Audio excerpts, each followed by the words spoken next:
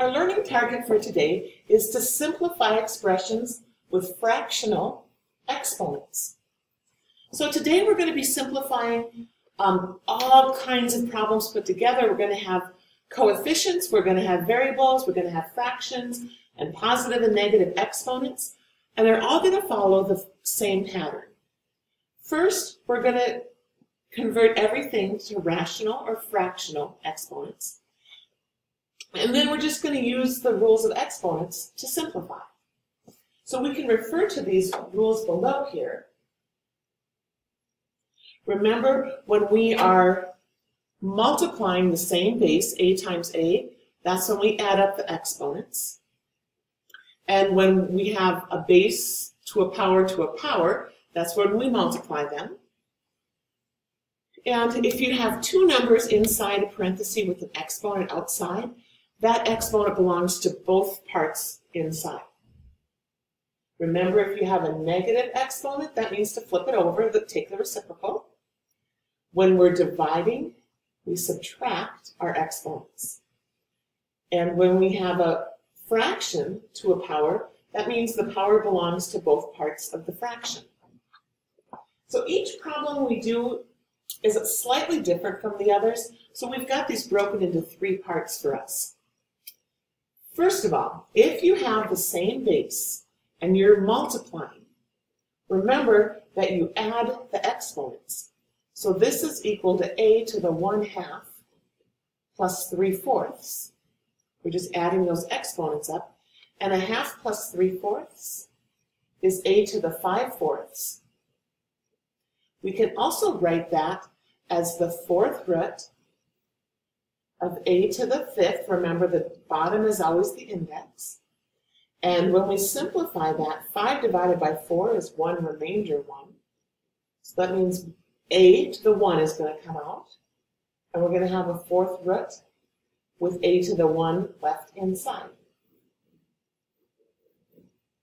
Those answers are equivalent. Technically, this bottom one is more simplified. Anytime you have an improper fraction where the top is bigger than the bottom, it means we're not simplified yet. In this problem, it looks scary, but I promise it's not. We just have like a square root of 3. Rule 1 up above says write that with the fractional exponent. So I did. And then times, and the 4th root of 3 is 3 to the 1/4. And that is equal to 3 to the 1/2 plus 1/4. When we add those, that's 3 to the 3/4. So we could leave it like that. It also means it's the 4th root of 3 to the 3rd. Remember, the denominator is the index.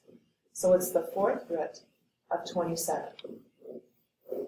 Be prepared to answer in either of those forms. And then on our back page, we have two more types to deal with here. First of all, we've got fractions. So when we're dividing, remember, we're going to subtract the exponents.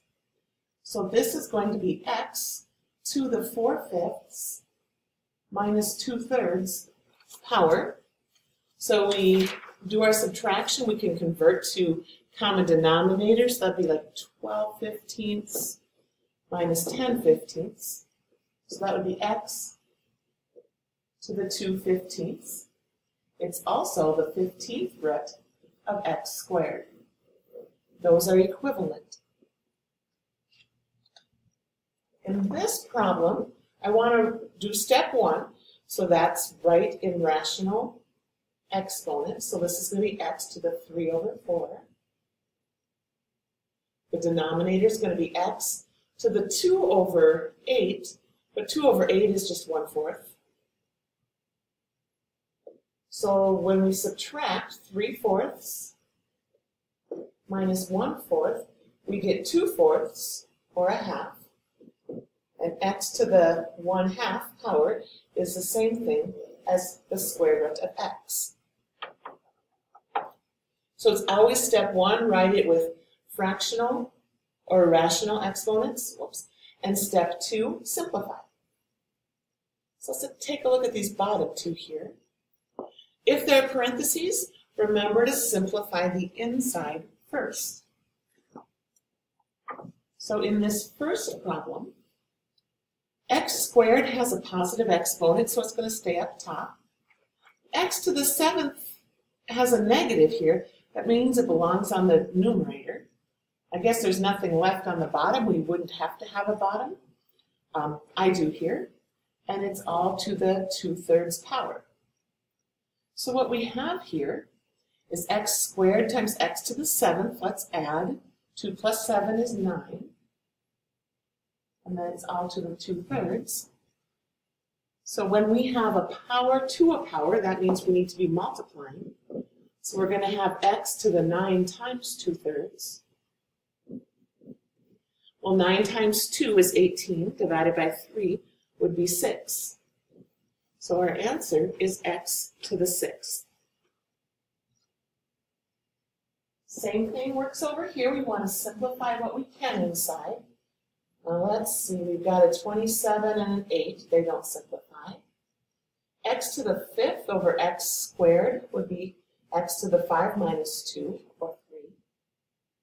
And y, when we subtract 10 minus 4, we get 6. And that's to the 1/3. And remember, that's like a big old cube root of 27x cubed y to the 6th over 8. The cube root of 27 is 3. The cube root of x cubed is going to be just plain x to the 1. And the y, take your power divided by your index, would be y squared. And on the bottom, this is a regular 8. So the cube root of 8 is 2. A lot of times, people don't put this step into their work. That's okay, because when we have to the 1/3, it means the same thing as the root. So some people don't need to write the actual root to see it. If you need to do it, do it. If you don't, don't. And for the summary, I would like you to answer these questions. Don't write down the questions, answer the questions. So the first thing, what are the 2 steps we use to simplify exponential expressions? And then, again, don't write the question, write the answer. And then choose any of the problems up above and write in the steps that we followed. Either here or at the bottom, wherever it fits, write down in words the steps that we followed. Your assignment is worksheet 6-4B.